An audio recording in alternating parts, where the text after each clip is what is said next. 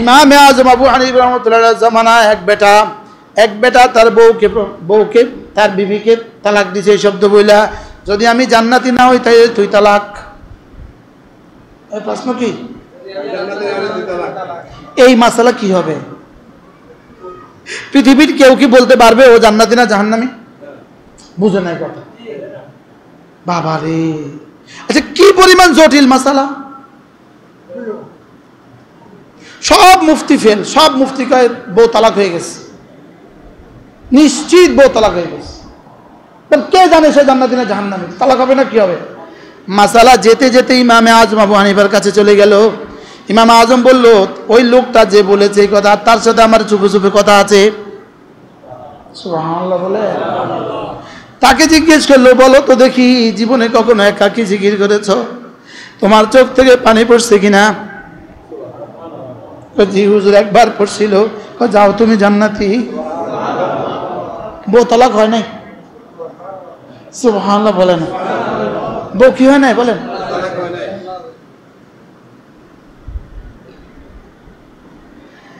আরেক বেটা তার বউরে তালাক দিছে, আমি যদি এমন একটা ইবাদত না করি যে ইবাদত এই মুহূর্তে পৃথিবীর কেউ করে না, পৃথিবীর কেউ করে না এমন একটা ইবাদত যদি আমি না করি তাহলে তুমি তালাক।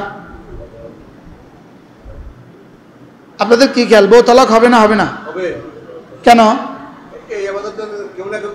দুনিয়ার কেউ না কেউ ইবাদত করতেছে, আমি জানি কেন কেন কেন করে না। বুঝে নাই কথা, তাহলে তো নিশ্চয়ই তালাক। যেতে যেতে মাসালা ইমাম আজম আবু হানিফার কাছে। ইমাম আজম আবু হানিফা বললেন, ওই লোকটারা আমার কাছে নিয়ে আসো। আনছে। তুমি ভিসা লাগাও, তুমি উমরার ভিসা লাগাও, আমি উমরার ভিসা লাগাই। লাগাইছে, লাগাইয়া চলে আসছে মক্কা শরীফ।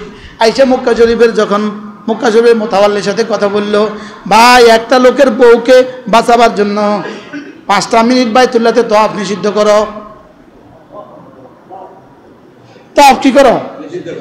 স্থগিত করো, বন্ধ করো। এলান হয়ে গেছে আগামী এত তারিখে জোহর থেকে আসর 20 মিনিটের জন্য তওয়াফ নিষিদ্ধ। সারা দুনিয়া স্থবির, কি হয়ে গেল? তওয়াফ আবার নিষিদ্ধ হয়। যেই এলানটা হয়েছে ইমাম আজম বলতেছে, তুমি আর আমি আইও, নামো, তুমি নামো, এবার মাতাফে নামো, তুমি তওয়াফ করো। আইও এবার আইও, তোমার বউ তালাক হয় না। কেমনে? তো এই সময় ইন্ডিয়া কে তো অফ করে, অস্ট্রেলিয়া কে তো অফ করে। এখন কোন বেটা করছে? শুধু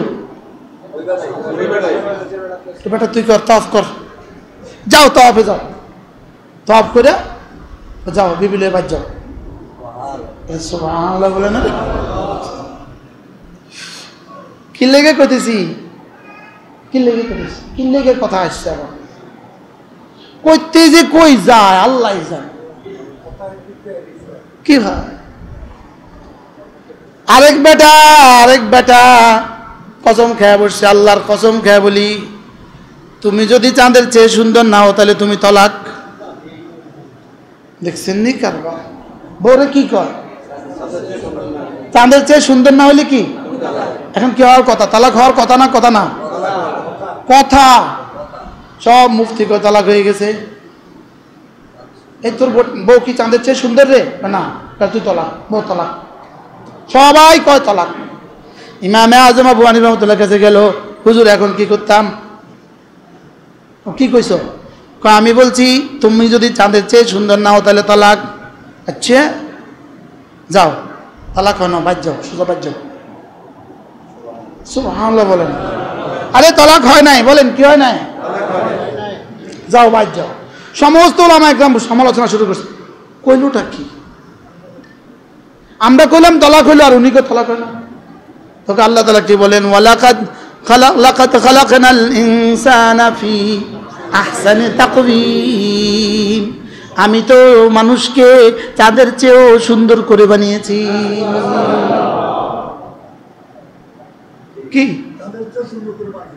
আমি তো মানুষকে পৃথিবীর সবকিছুতে সুন্দর বানিয়েছি, তো অবশ্যই তার বিবি চাঁদের চেয়ে সুন্দর। কি? তাহলে সুদানের ওই ভিডিও চাঁদের চেয়ে সুন্দর, সুবহানাল্লাহ কয় না। আমি ইনার বাসায় যেতেছি, মক্কা শরীফ থেকে গাড়িতে উঠছি, প্রাইভেট গাড়ি, আরে লোকাল গাড়ি।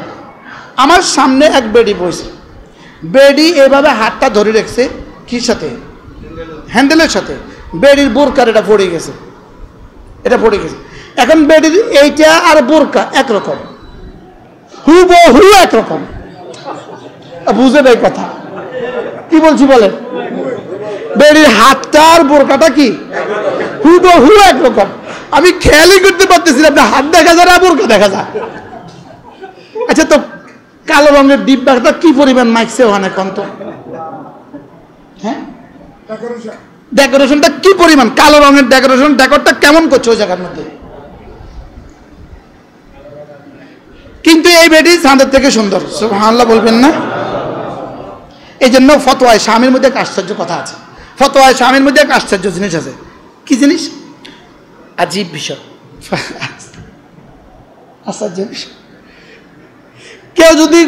কেউ যদি কয় আমি চাঁদের চেয়ে সুন্দর বিয়ে না করলে আমি কাফের, নাউজুবিল্লাহ বলে। কেউ যদি বলে আমি চাঁদের চেয়ে সুন্দর বিয়ে না করলে আমি কি, এই মাসালাটা কি হবে? কয় পৃথিবীর যে কোনো মহিলাই সে বিয়ে করুক, সে কাফের হবে না। কি লেখা? আল্লাহ তাআলার ওই আয়াতে কারিমা, আল্লাহ তাআলার ওই আয়াতে কারিমা। বহরহাল কেন বললাম কথাগুলো, এত কথা কি লেখা? হ্যাঁ, ওর লগে এটা কি সম্পর্ক?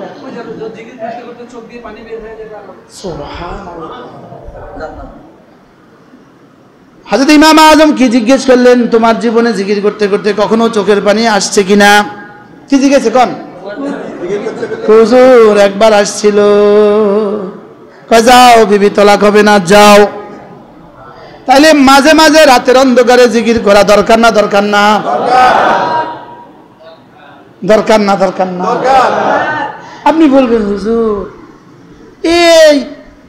এই ইবাদতগুলোর কথা আপনি ওয়াজ করেন, আমরা তো ওয়াজ করি কুল পাই না, আমিন জোরে কইব না আস্তে কইব? কথা ওয়াজ করি কুল পায় না, আমিন জোরে কইব না আস্তে কইব? ওয়াজ করি কুল পায় না, আমার এগুলো বুঝে ধরে না। কি করছি কনছে? এটা ওয়াজ করি কুল পায় না। হাত এখানে বাঁধবো না এখানে বাঁধবে, এটা ওয়াজ করি কুল পায় না। ওয়াজের বুঝে আর বিষয় নাই। হ্যাঁ, ওয়াযকুর ইসমা রাব্বিকা ওয়া তাবাত্তাল ইলাইহি তাবতীলা। রব্বুল আলামিন বলেন, হাবিব রাতে উঠুন, একটু তেলাওয়াত করুন আর একটু জিকির করুন। সুবহানাল্লাহ। ওয়াযকুর ইসমা রাব্বিক, একটু জিকির করুন। ওয়া তাবাত্তাল ইলাইহি তাবতীলা, ওয়া তাবাত্তাল ইলাইহি তাবতীলা। বাদারা রব কি বুঝাতে চেয়েছেন? আমাদের মতো শুকনো দিলের মানুষগুলো আমরা জীবনেও বুঝবো না। রব যেন বলেন وتبتل إليه تبتيلا أي وتقطع إليه تقطيعا। একটু সময়ের জন্য পৃথিবীর সবগুলোকে ছেড়ে দিয়ে, একটু সময়ের জন্য পৃথিবীর সবগুলো বাদ দিয়ে, একটু সময়ের জন্য স্ত্রীর ভালোবাসাকে পিছনে রেখে দাও, একটু সময়ের জন্য ছেলে মেয়ের ভালোবাসা পেছনে রেখে দাও, একটু সময়ের জন্য ব্যবসা বাণিজ্য পেছনে রেখে দাও, একটু সময় তুমি শুধুই আমাকে দিয়ে দাও। কেউ যদি এই আয়াতটার তাফসীর কেউ যদি এক টানা 40 দিন পরে শেষ হবে না। সুবহানাল্লাহ বলেন। 400 দিন পড়লে শেষ হবে না, 400 দিন। এটা রব কি বুঝাতে চেয়েছে? আমি আজ থেকে 3-4 বছর আগে পড়ছিলাম, হারামের এক সফরে তাফসীরে কবির থেকে পড়ছিলাম, আর এবার আমি অসংখ্য কিতাব থেকে পড়ছি। যেটা পাইছি সেটা থেকে পড়ছি, যেটা পাইছি সেটা থেকে পড়ছি। কিন্তু আপনাদেরকে বুঝাবার মতো যোগ্যতা আমার কথা। আমরা যা শিখিয়ে আসি স্টেজে বসলে সব খাইয়া ফেলি, বলে যাই।